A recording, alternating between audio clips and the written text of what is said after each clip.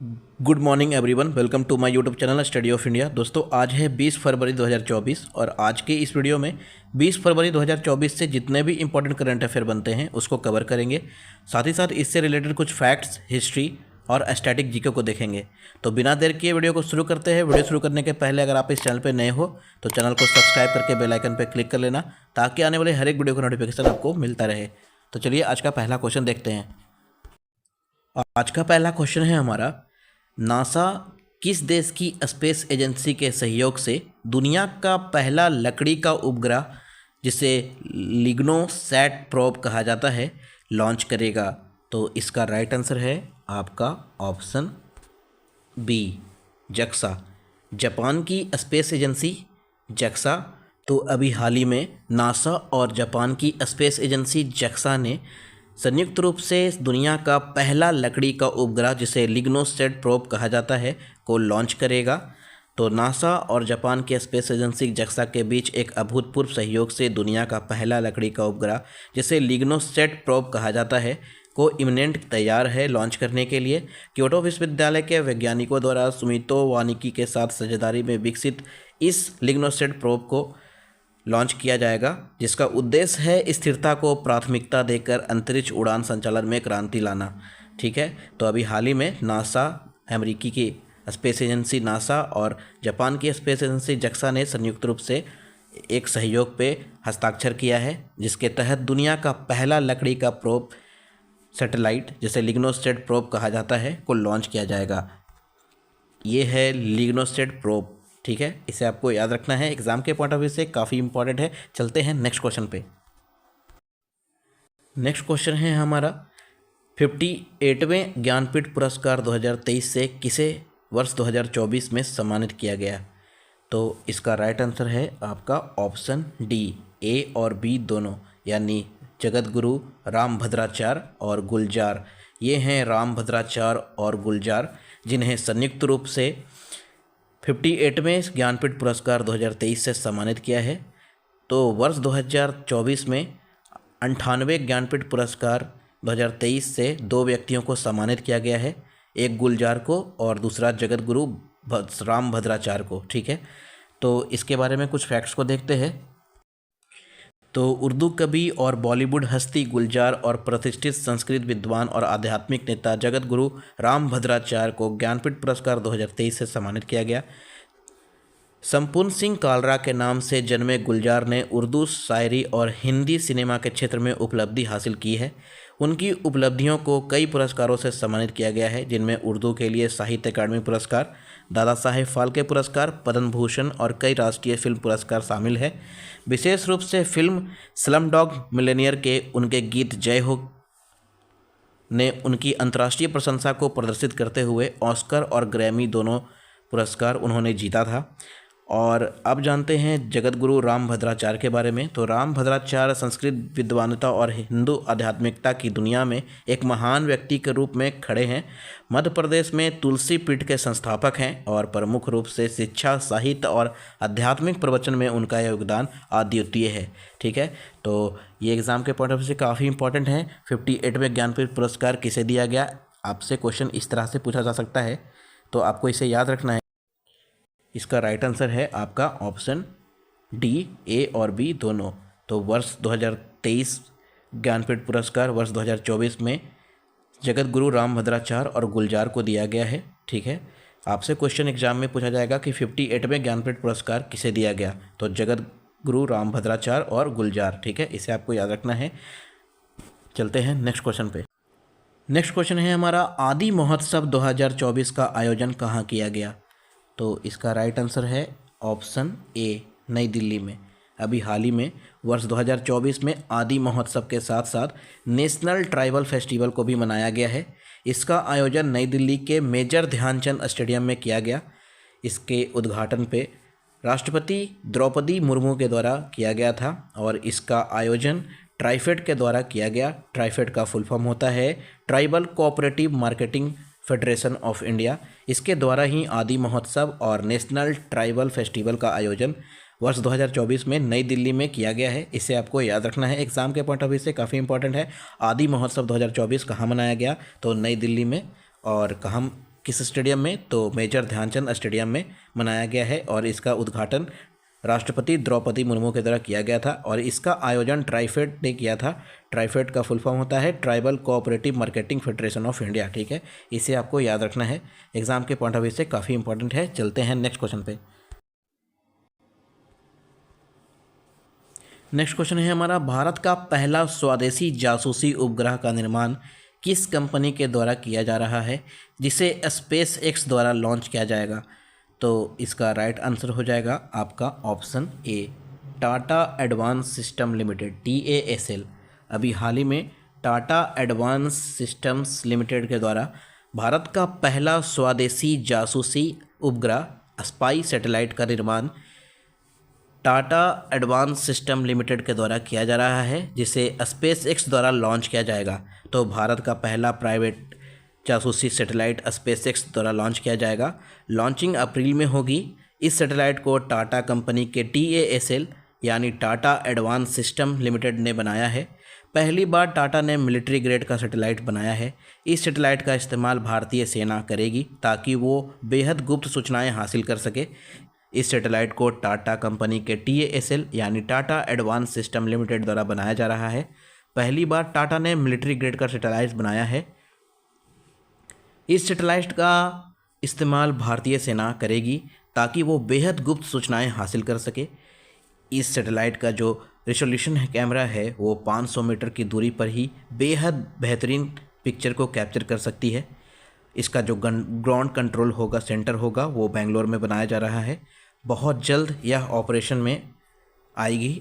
इसका इस्तेमाल सैटेलाइट से मिलने वाली तस्वीरों के गाइडेंस और प्रोसेसिंग में किया जाएगा। टाटा कंपनी ने इस सेंटर को लैटिन अमेरिकी कंपनी सेटेलॉजिक के साथ मिलकर बना रही है।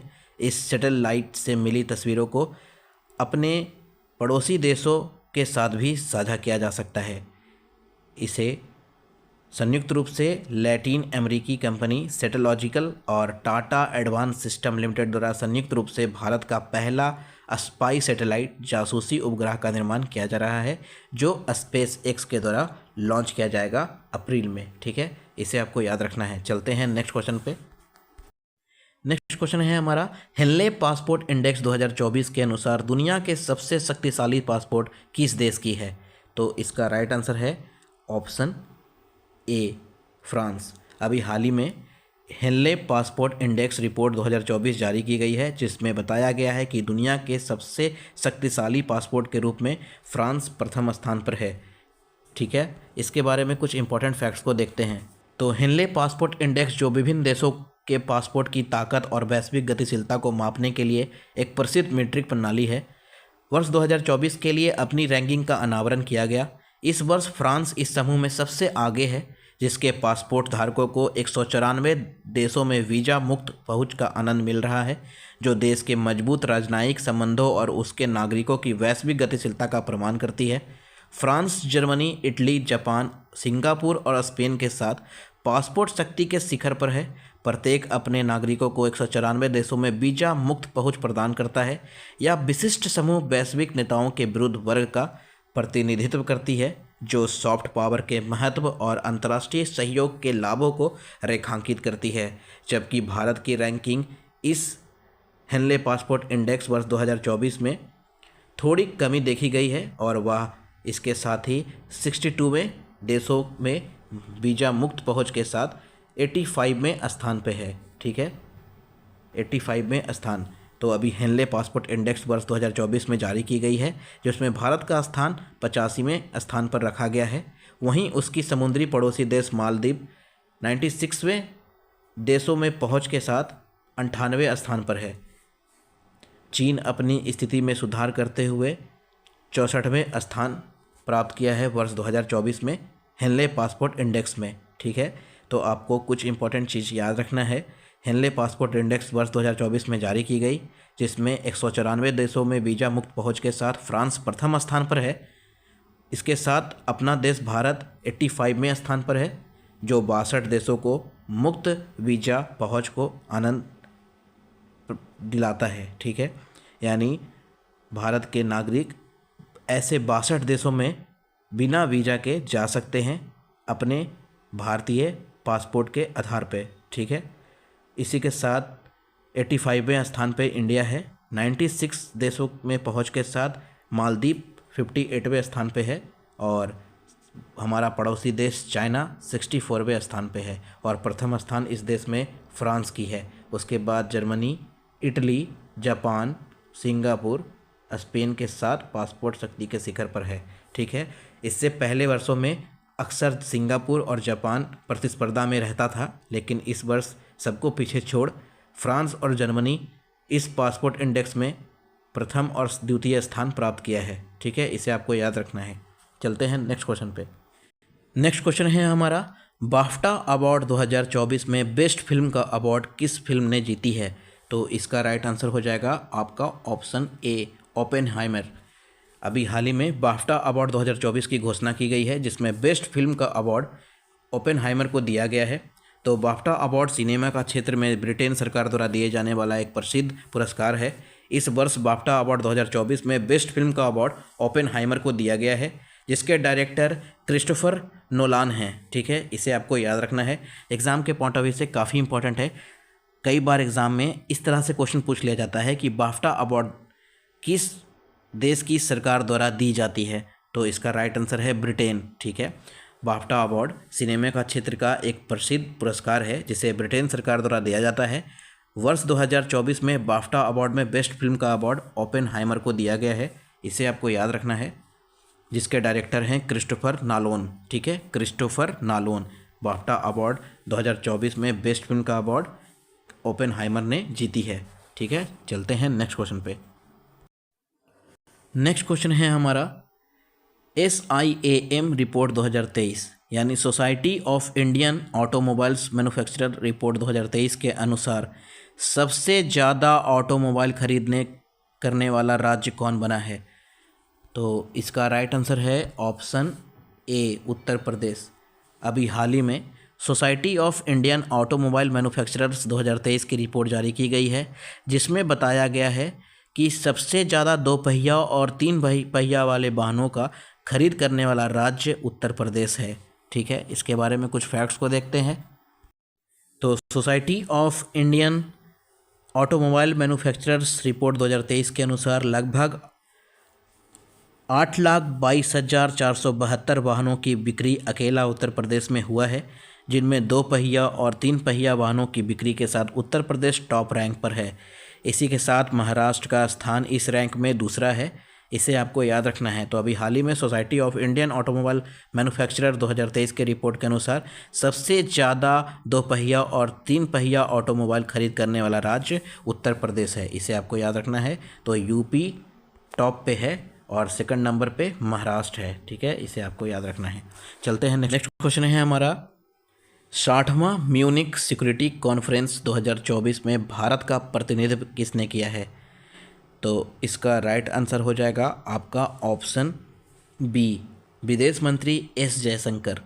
अभी हाल ही में जर्मनी के म्यूनिक में 60वां म्यूनिक सिक्योरिटी कॉन्फ्रेंस 2024 का आयोजन किया गया, जिसमें भारत का प्रतिनिधित्व विदेश मंत्री एस जयशंकर ने किया है, जिसमें बहुपक्षीय सहयोग पर सुरक्षा पर एक समझौता ज्ञापन पर हस्ताक्षर किया गया, जिसका प्रतिनिधित्व विदेश मंत्री एस जयशंकर ने वर्ष 2024 के म्यूनिक सिक्योरिटी कॉन्फ्रेंस 2024 का प्रतिनिधित्व किया है, ठीक है। इसे आपको याद रखना है।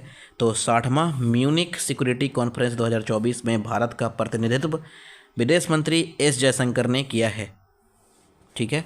चलते हैं नेक्स्ट क्वेश्चन पे। नेक्स्ट क्वेश्चन है हमारा, ICICI बैंक ने किसे अपना non executive part time chairman नियुक्त करेगी? तो इसका राइट आंसर है ऑप्शन ए, प्रदीप कुमार सिन्हा। ये हैं प्रदीप कुमार सिन्हा, जिन्हें हाल ही में ICICI बैंक ने अपना non executive part time chairman नियुक्त करने की घोषणा किया गया है। प्रदीप कुमार सिन्हा मिस्टर GC चतुर्वेदी का स्थान लेंगे, जो कि वर्तमान में ICICI बैंक के चेयरमैन हैं। ये जो ऑप्शन बी आपको दिख रहा है, ये GC चतुर्वेदी वर्तमान में ICICI बैंक के चेयरमैन हैं, जिनका स्थान प्रदीप कुमार सिन्हा 30 जून 2024 से लेंगे, ठीक है। इसकी घोषणा पूर्व में कर दी गई है। तो ICICI बैंक के नए non executive part time chairman के रूप में काम करेंगे प्रदीप कुमार सिन्हा, जो GC चतुर्वेदी का स्थान लेंगे। और इनका जो कार्यकाल है 30 जून 2024 से शुरू होगा। तो ये हैं प्रदीप कुमार सिन्हा, जो ICICI बैंक के non executive part time chairman नियुक्त होंगे और जिनका कार्यकाल 30 जून 2024 से शुरू होगा उन पे। नेक्स्ट क्वेश्चन है हमारा, ऊर्जा दक्षता ब्यूरो के अनुसार भारत के इलेक्ट्रिक वाहन बुनियादी ढांचे के विकास में अग्रणी राज्य कौन है? तो इसका राइट आंसर है कर्नाटक का बेंगलोर। अभी हाल ही में ऊर्जा दक्षता ब्यूरो के अनुसार भारत के इलेक्ट्रिक वाहन बुनियादी ढांचे के विकास में अग्रणी राज्य के रूप में कर्नाटक उभर कर सामने आया है। ठीक है, तो इसके बारे में कुछ फैक्ट्स को देखते हैं। तो ऊर्जा दक्षता ब्यूरो के आंकड़ों के अनुसार कर्नाटक भारत के इलेक्ट्रिक वाहन बुनियादी ढांचे के विकास में अग्रणी बनकर उभरा है, जहां सबसे अधिक संख्या में सार्वजनिक चार्जिंग स्टेशन है। बेंगलुरु शहरी जिला कर्नाटक के 85% चार्जिंग बुनियादी ढांचे के साथ अग्रणी पे है, जो दिल्ली और मुंबई से कहीं अधिक है। ठीक है, तो सबसे ज़्यादा ये जो आप पिक्चर देख रहे हैं ये है चार्जिंग सब स्टेशन, जो कि इलेक्ट्रिक वाहनों के चार्ज में लगाया जाता है यहाँ पे। तो ऊर्जा दक्षता ब्यूरो के अनुसार भारत के इलेक्ट्रिक वाहन बुनियादी ढांचे के विकास में अग्रणी राज्य बनकर कर्नाटक उभरा है और कर्नाटक के शहर बेंगलोर में सबसे ज़्यादा 85% चार्जिंग सब स्टेशन है, जो कि इलेक्ट्रिक वाहनों को चार्ज लगाती है। ठीक है, जो कि अभी हाल ही में दिल्ली और मुंबई को पीछे छोड़कर अग्रणी राज्य के रूप में कर्नाटक बना है। और कर्नाटक का जो बेंगलोर शहर है यहाँ पे सबसे ज़्यादा इलेक्ट्रिक वाहन चार्जिंग स्टेशन है। ठीक है, इसे आपको याद रखना है। चलते हैं नेक्स्ट क्वेश्चन पे। नेक्स्ट क्वेश्चन है हमारा, छत्रपति शिवाजी महाराज जयंती प्रत्येक वर्ष कब मनाई जाती है? तो इसका राइट आंसर है 19 फरवरी, ऑप्शन बी 19 फरवरी। ये हैं छत्रपति शिवाजी महाराज, जिनकी जयंती प्रत्येक वर्ष 19 फरवरी को मनाई जाती है। तो इनके बारे में कुछ इतिहास को जानते हैं। 19 फरवरी को छत्रपति शिवाजी महाराज की 394वीं जयंती मनाई गई। छत्रपति शिवाजी महाराज, जिनका मूल नाम शिवाजी भोसले था, भोसले मराठा वंश से थे। उनका जन्म मराठी सालीवाहन कैलेंडर के अनुसार 1630 में शिवनेरी किले में हुआ था। ठीक है, सबसे प्रसिद्ध मराठा शासकों में से एक जाने माने उन्होंने बीजापुर के आदिल शाह सल्तनत से क्षेत्र अलग करके मराठा साम्राज्य की शुरुआत की थी। महज 16 वर्ष की आयु में ही उन्होंने तोरण किले पर कब्जा कर लिया। उसके 1 वर्ष के बाद रायगढ़ किला और कोंडाने किलों पर कब्जा कर लिया, जिससे हिंदवी स्वराज की स्थापना की शुरुआत हुई। ठीक है, तो आपको याद रखना है छत्रपति शिवाजी महाराज का जो जन्म हुआ था शिवनेरी के किले में हुआ था 1630 में। ठीक है, और मराठा कैलेंडर है जिसे सालीवाहन कहा जाता है। ठीक है, मराठी लैंग्वेज में मराठा कैलेंडर को सालीवाहन कहा जाता है। इसे आपको याद रखना है, एग्ज़ाम में इससे क्वेश्चन बन सकता है। और शिवनेरी के दुर्ग में 1630 में छत्रपति शिवाजी महाराज का जन्म हुआ था और प्रत्येक वर्ष 19 फरवरी को छत्रपति शिवाजी महाराज की जयंती मनाई जाती है। ठीक है, इसे आपको याद रखना है। तो आज का क्वेश्चन हमारा यहीं पे एंड होता है। मिलते हैं कल एक नए वीडियो के साथ, तब तक के लिए थैंक यू, धन्यवाद।